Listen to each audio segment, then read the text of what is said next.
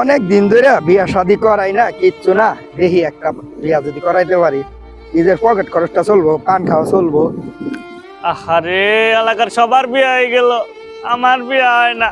আমার মাথা চুলও নাই, আমার কপালে বউ নাই। ঘটকরে খবর দিছি, কথা নিয়ে আইলো। যাইতাছি দেখি একটা বিয়া শাদি করার জন্য।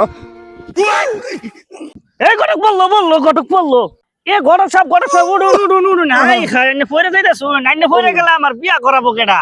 বিয়ে করাবার লেগেই তো আইছিলাম, কিন্তু তোমাদের এলাকার রাস্তাটা দেখে আমার তো স্লিপ কাটলো। হ, ঠিকই কইছুন, এলাকার মেম্বার চেয়ারম্যান তো সুর কি কোন। দেখি যাই, দেখি হ্যাঁ, কথাবার্তা বলবো। আসে ঠিক আছে, দেখি। চলা যায়। এই ছেলে, শোনো, এদিকে আসো। তোমার লগে, ওয়ালাইকুম আসসালাম, তোমার লগে একটু আমার কথা ছিল। তোমার তোমার বলে বোন আছে একটা বিয়া দেওয়ার। হ্যাঁ আছে তো। হ্যাঁ বিয়া তো দেওয়ানি লাগে। আছে নাকি আপনার কাছে জানা শোনা ভালো পাত্র? হ্যাঁ আছে তো, এই যে ছেলে। ও পাত্র এইটাই, বিয়া শাদির ব্যাপার। বাড়িতে বাবা আছে না? হ্যাঁ, আমি বাবা টাবা খাই না। এটা বাবা টাবা আমার নাই। এত টিয়া আমার আছে নাকি? আমি হস্তা হুক না খাই। হুক না দিয়া দেখুন চালাই দিন যায় নাকি?